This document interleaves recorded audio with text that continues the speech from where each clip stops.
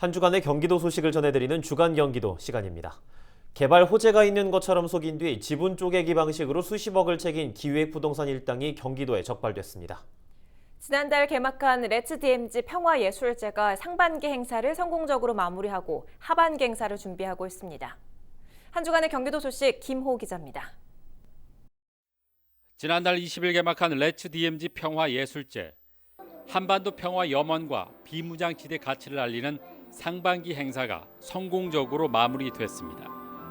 다시 평화를 이라는 핵심 메시지로 DMZ 아트 프로젝트와 포럼, 콘서트 등 다양한 행사가 진행됐습니다. DMZ 포럼에서는 국내외 160여 명의 인사가 참여해 한반도를 넘어 세계 평화를 위한 문화와 생태, 농업과 과학기술 등 다양한 분야에서 평화 협력을 논의했습니다. K-팝 스타 등 국내 정상급 아티스트들이 참여한 DMZ 콘서트에서는 K-팝과 오케스트라의 공연을 통해 DMZ의 가치와 평화를 음악으로 표현했습니다. 하반기에도 DMZ를 주제로 공연과 토크 콘서트 등 찾아가는 레츠 DMZ를 비롯해 자전거 대회와 마라톤, 걷기 대회 등 스포츠 사업인 DMZ 런이 열릴 예정입니다.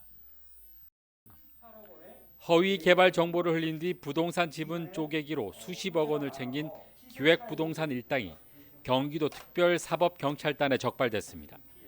또 부정한 방법으로 과천 지식정보타운 아파트를 청약해 당첨된 176명도 붙잡혔습니다. 종합설계 주식회사 대표 A씨와 분양대행업자인 B씨는 부동산 컨설팅 법인을 설립한 뒤 친인척 명의로 땅을 사들여 허위 정보를 흘려 시세보다 높은 44억 원의 토지를 팔았습니다.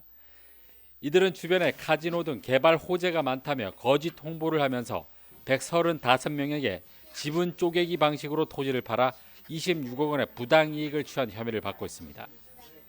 또 지난해 458대 1의 높은 경쟁률을 보인 과천 지식정보타운 아파트 분양에서 거짓으로 서류를 꾸미는 등 부정청약자 176명이 적발됐습니다. 이들이 챙긴 부당이익은 1,408억 원에 이르는 것으로 조사됐습니다.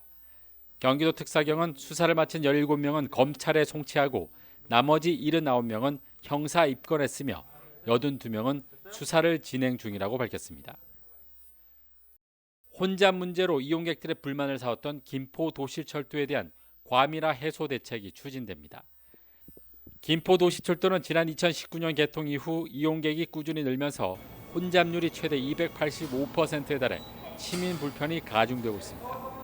이에 따라 김포시는 단기 대책으로 출근 시간인 오전 7시에서 9시 사이 예비 차량을 추가 편성해 3분 간격으로 배차되는 차량을 기존 3회에서 16회로 대폭 늘렸습니다.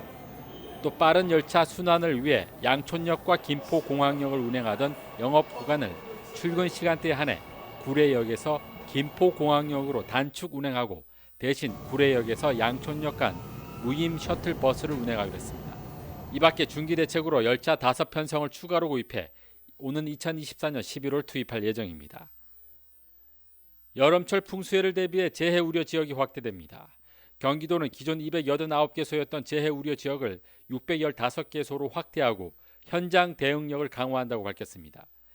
재해 위험 지역에 대해서는 예방 사업을 추진하고 급경사지에는 낙석 방지 시설 설치를 위해 122억 원을 투자합니다. 또 상습 침수와 고립이 우려되는 지역에 대해서는 하천 정비와 배수 펌프장을 설치하고 행정력이 미치기 어려운 농촌과 산림 지역의 경우 지역 자율 방재단을 확대했습니다. 헬로티비 뉴스 김호입니다.